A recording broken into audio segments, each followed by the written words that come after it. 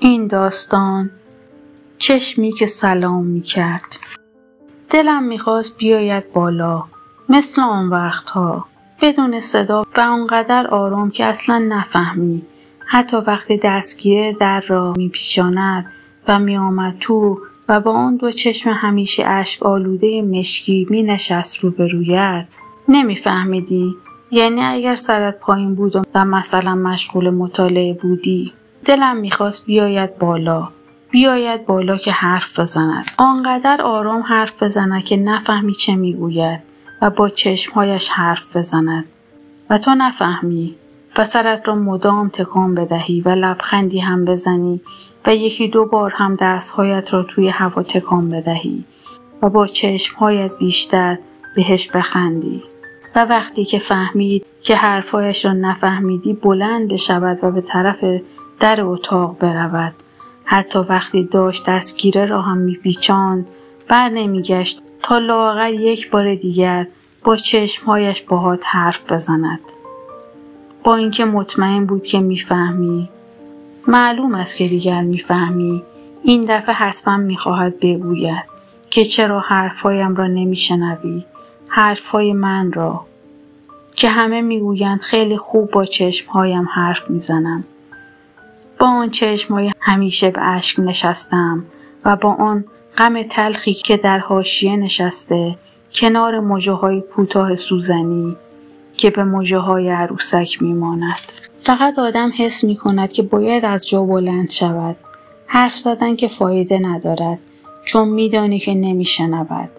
یعنی حرف که میزنی مثلا میگویی چرا، مگه طوری شده، صبر کن ببینم، ولی صبر نمی کند.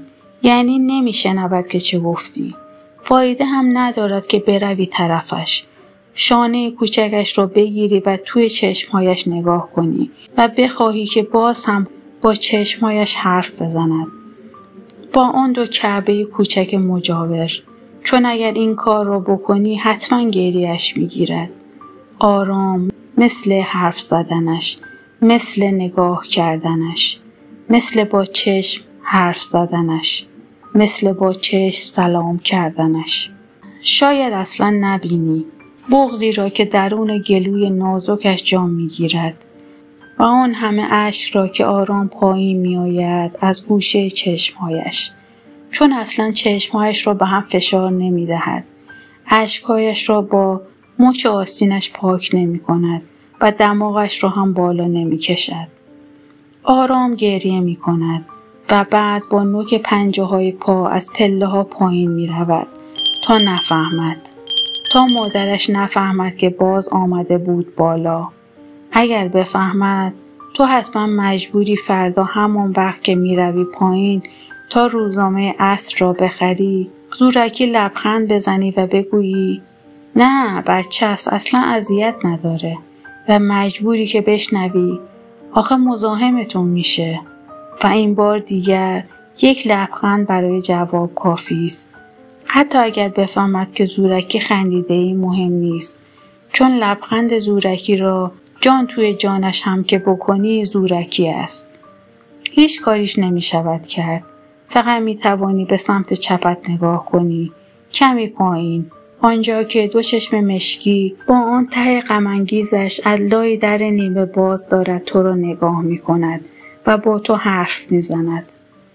با چشمهایش، دو منشور خواب کننده و تخیل‌آمیز، دو فکر ساده مست، دو کعبه مجاور، دو کعبه کوچک مجاور که پر بود از سایه‌های زائران خسته.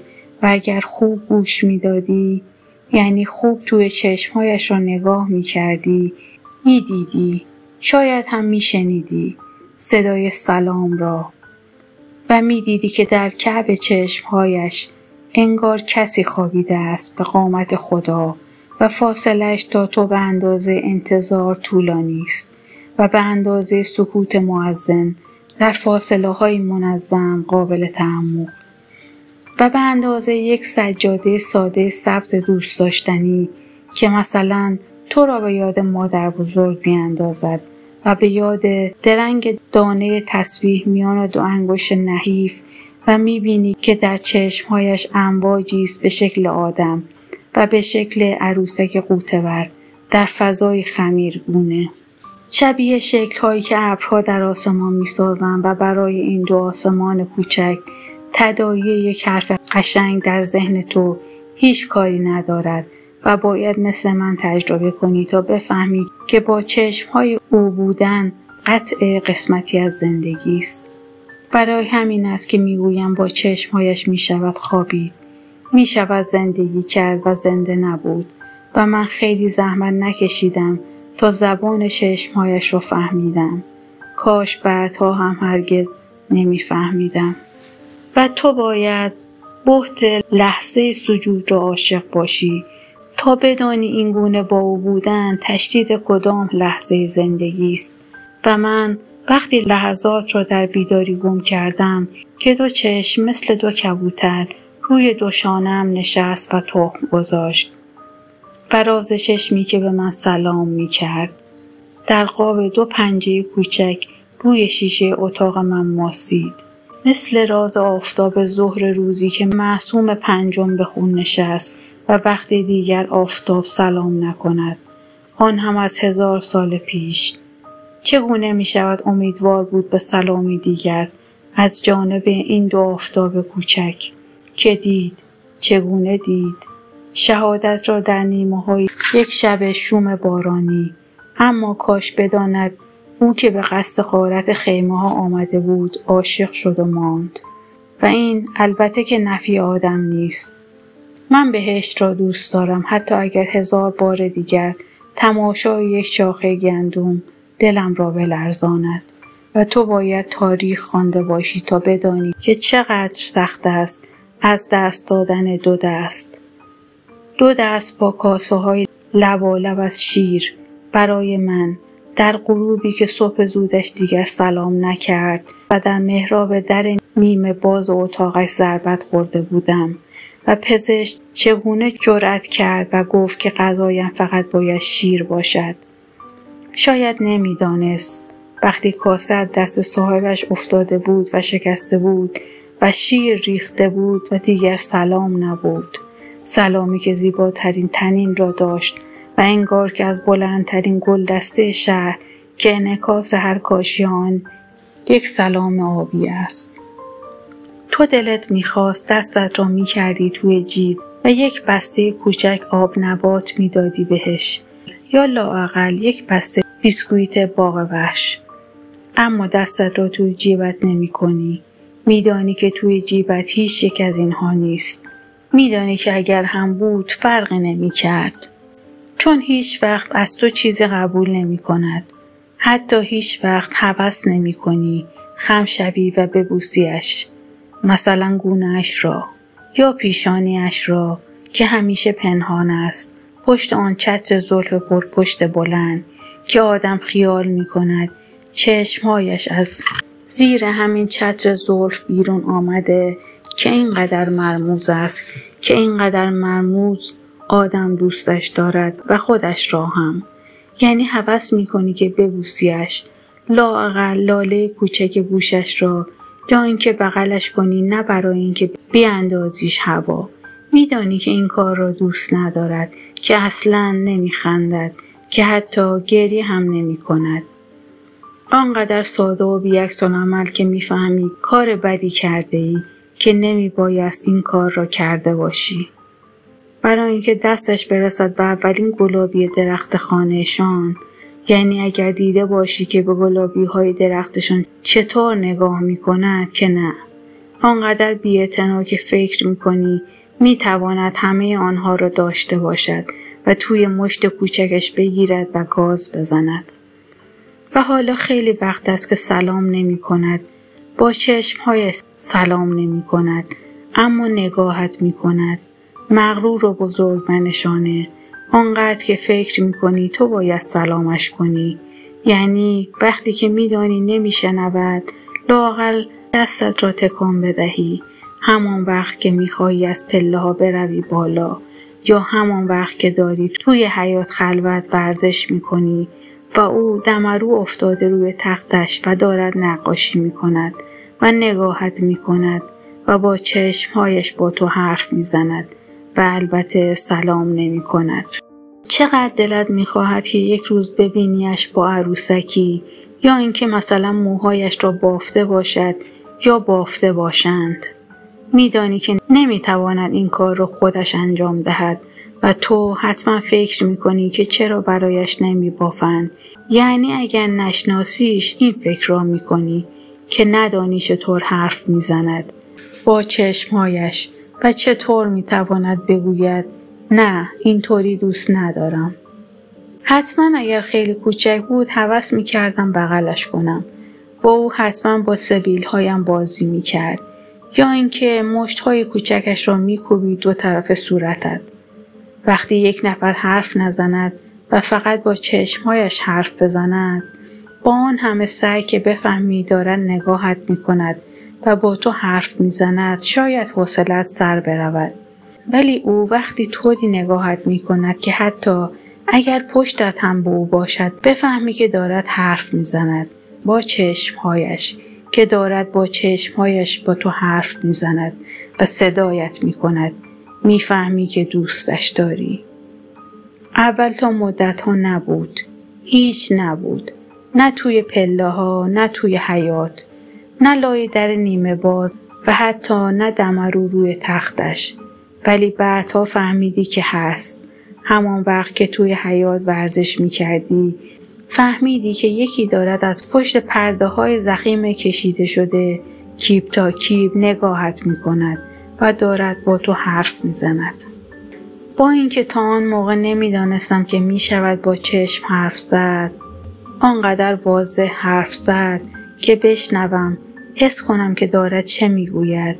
حتی وقتی توی چشمهایش را نگاه نمی کنی و خیره مانده‌ای به پاهای جفت شدهش توی آن دمپایی های کوچک طلایی و میدانی که همیشه توی چشمهایش خیلی خیلی کم رنگ و تازه آن دورها نوشته شده است سلام. عدود سیگار بدش نمی آید، حتی از شیشه عرق روی بوفه. یعنی خودش گفت، با چشمهایش گفت، نه به من، یعنی به من. اما نه وقتی که مرا نگاه می کرد. وقتی که شیشه عرق را روی بوفه دید و حرف زد، با چشمهایش حرف زد و من شنیدم. اگر آنقدر کوچک نبود، یعنی اگر توی چشمهایش را نگاه می کردی که کوچک نبود، حتما تعارفش می کردی. عرق را می گویم و دلت می خواست که بنشینی روبرویش و با هم بخورید. عرق بخورید. حتما هم دلت می خواست ولی هوس نمی کردی که با هم بخوابید.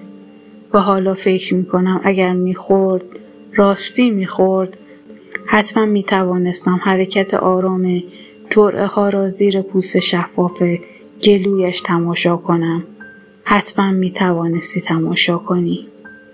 و بعد برایم یک قاب کوچک بود به کوچکی صورتش که در میان پرده های ضخیم اتاقش نشسته بود. و آنقدر زود فهمیدم که نیست، که مثل بقیه نیست، که تصورش را هم نمیتوانی بکنی. مادرش گفت خیال میکند پدرش آمده، نه اینکه بارانی تنتان بود. یعنی بیشتر به خاطر ساک سیاه دستتان. خیلی زحمت کشیدم تا بهش فهموندم که اشتباه میکند. اصلا زیر بار نمی رود. مشکوک است. فقط شانه‌هایش را تکان میدهد. آخر میدانید حرف زدن با او زیاد هم ساده نیست. گفتم چطور؟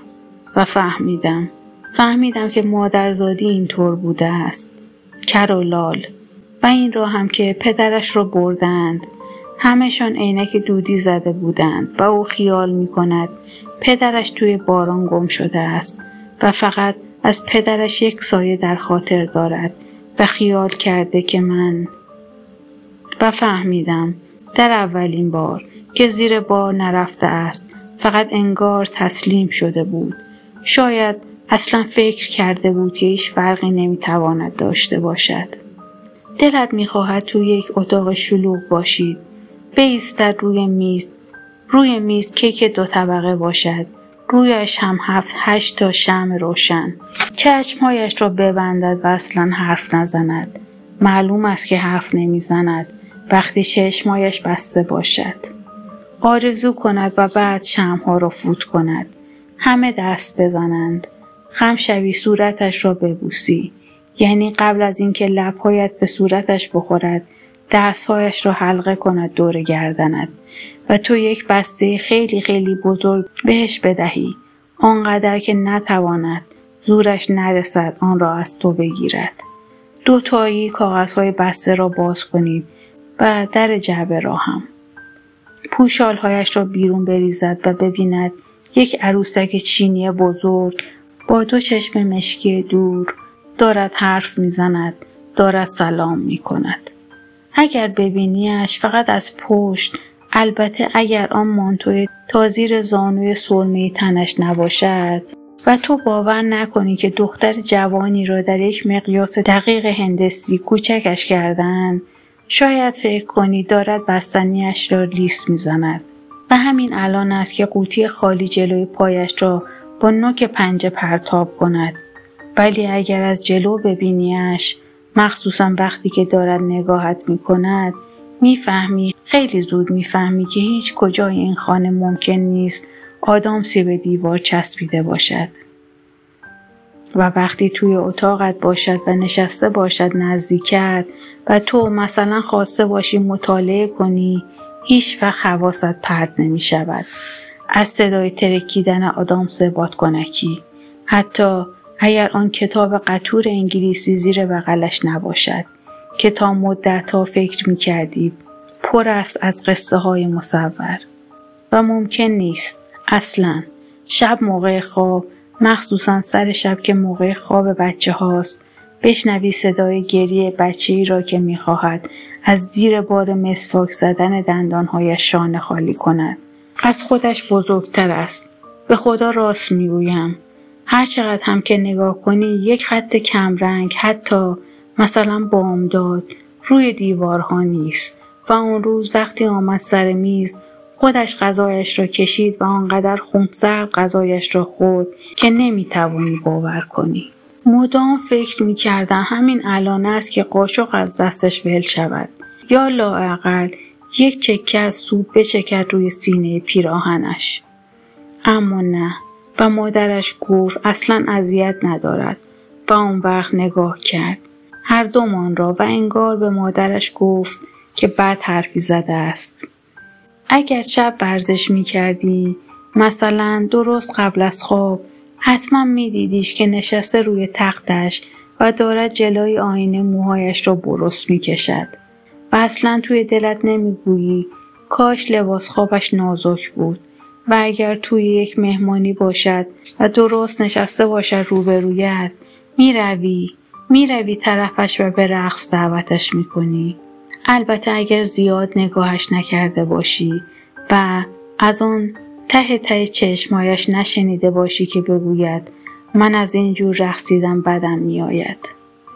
اگر بدانی، مثل من بدانی و دیده باشیش با انگشت کوچک سبابه لای کتاب قطور یا نوازش کردن موهای مادرش را روی کاناپه و بدانی که هیچ وقت ممکن نیست برای گربش که مرده گریه کند و یا عبور بزغاله ها را توی ده دوست داشته باشد.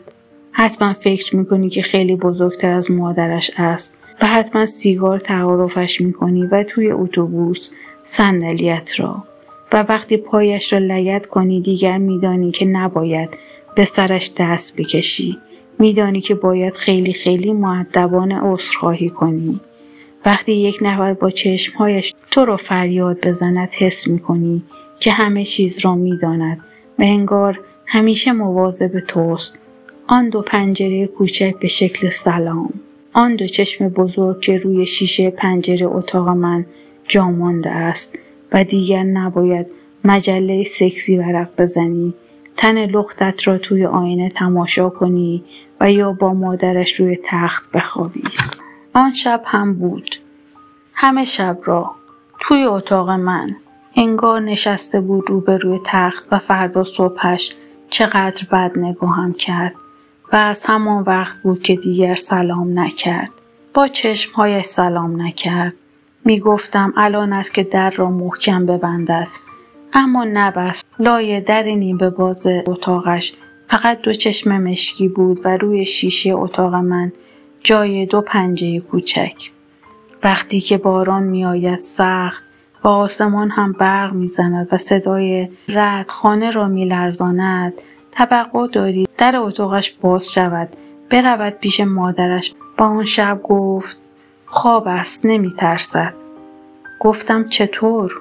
گفت خب دیگر، آن وقت من زن گنده میترسم. دست خودم نیست، مزاحمتون که نیستم. و نشست و عرق خورد. مست شد و خوابیدیم روی تخت و دیگر سلامم نکرد و من هر چقدر نگاه کردم آن دورترها را حتی و حاشیه غمناک بهش نشسته چشمش را هم نبود. سلام نبود، حتی یک هجای ناقص، لااقل نشانه‌ای. و فهمیدم که دیگر نیست، که دیگر هیچ وقت نخواهد بود. نه فقط برای من، برای هیچ کس نیست. همان وقت که دیدم سلام به صورت 2 پنجه کوچک روی شیشه اتاق من له شده است و شبها یک سایه کوچک، یک سایه بزرگ. اگر توی چشمهایش را نگاه کنی، توی خانه دنبال چشمهایش می‌گردد. آخر آن چشمها که می‌دانی، چشمی که سلام نکند به چه درد می‌خورد. آن